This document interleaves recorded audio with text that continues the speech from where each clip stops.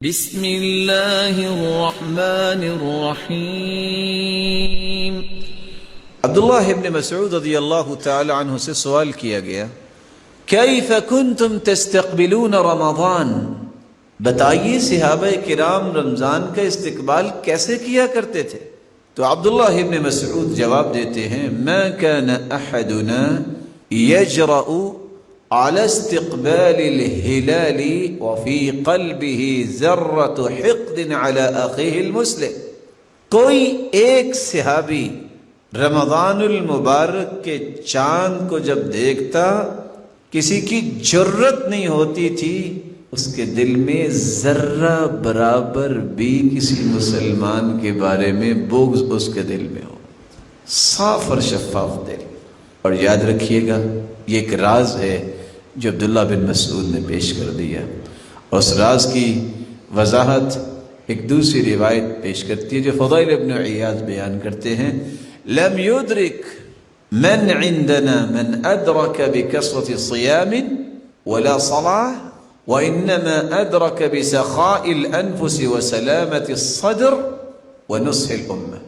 پہلے لوگوں کو جو مقام ملا ہے وہ زیادہ نمازوں کی وجہ سے نہیں، زیادہ روزے کی وجہ سے نہیں، ان کے دل بڑے پیارے تھے، وہ امت کے خیر خواہ بہت تھے، ہمدردی ان کے اندر تھی، ان کے نزدیک سب سے مہنگی جنت تھی، اس لیے وہ اپنے مال کی قیمت نہیں سمجھتے تھے، وہ جنت کی زیادہ قیمت سمجھتے تھے۔ اور اس لیے روایت بتاتی ہے، لیست العبرۃ بکثرۃ صیامہم ولا صلاتہم ولا صدقاتہم، ان کے صدقات، نمازیں اور روزے، ان چیزوں نے ان کو بلند نہیں کیا، یہ تو فرض ہے، یہ تو اسلام اور ایمان کا حصہ ہے، ان کو اللہ نے مقام دیا ہے لسلامت صدورہم، ان کے سینے بہت پیارے تھے۔ سعد رضی اللہ تعالی عنہ جن کی عمر 30 سال تھی بلکہ کچھ دن کم جب وہ مسلمان ہوئے، اور 36 سال ان کی عمر ابھی نہیں ہوئی تھی جب وہ فوت ہو گئے، تو اسلام کی حالت میں کتنے سال گزارے؟ کیا جی کتنے سال گزارے؟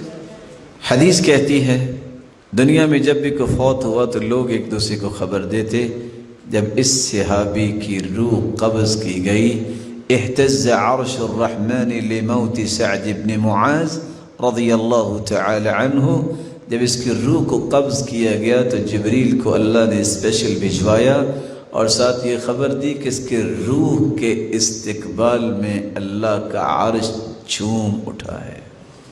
یہ 6 سال زندگی کتنی پیاری گزارنے والے ہیں سعد، کہ 6 سال صرف انہوں نے اسلام کی حالت میں گزارے ہیں، اور زمین پہ چلتے ہوئے نہ موت آئی، نہ قبر میں گئے، نہ قیامت بپا ہوئی، نہ حشر کی سختیاں، نہ حساب و کتاب، دنیا میں ہی اللہ کے رسول نے خوشخبری دے دی، کسی نے جنتی دیکھنا ہے تو سعد کو دیکھ لو۔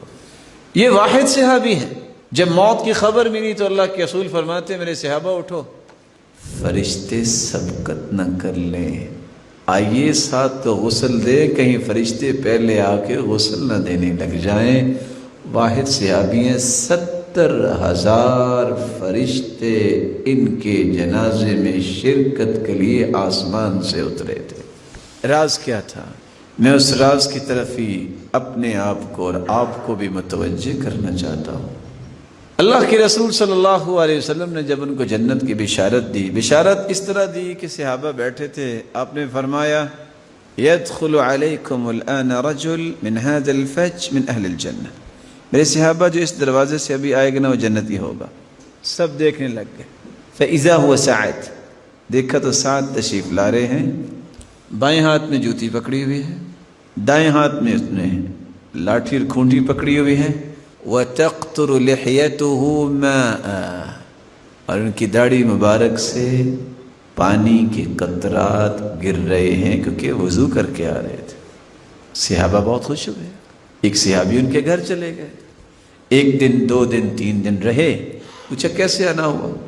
کہا یہ پتہ کرنے آیا تھا کہ آپ کو جنت کی بشارت کیسے ملی، جتنی تہجد آپ پڑھتے ہیں اتنی تو میں بھی پڑھتا ہوں، جو نیکیاں آپ کرتے ہیں وہ میں بھی کرتا ہوں، کوئی نئی چیز نظر نہیں آئی۔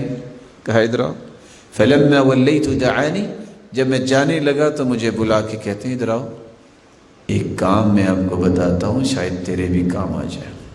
کون سا کام ہے؟ لا اجد غلا لأحد من المسلمین، میں نے آج تک کسی مسلمان کے بارے میں اپنے دل میں کینہ نہیں پالا۔ ولیس فی قلبی غمر، میں نے آج تک کسی مسلمان کے بارے میں دل میں گرہ نہیں رکھی۔ ولا احسد علی احد علی شیء اعطاہ اللہ ایاہ، آج تک میں نے کسی کے ساتھ حسد نہیں کیا۔ یہ تین ہی باتیں بتائیں اور اللہ نے تین ہی انعام دیے تھے۔ آئیے اٹھنے سے پہلے اپنے دلوں کو صاف کر کے اٹھیے، یہ نیت کر کے اٹھیے۔ یہ صحابی کیا کرتے تھے، یا اللہ میں نے معاف کر دیا تو مجھے معاف کر دے۔ دل کی صفائی یہ وہ اصول ہے جس کے ذریعے انسان استقبال بھی خوبصورت کرتا ہے اور رمضان کو صبر آور بھی بنا لیتا ہے۔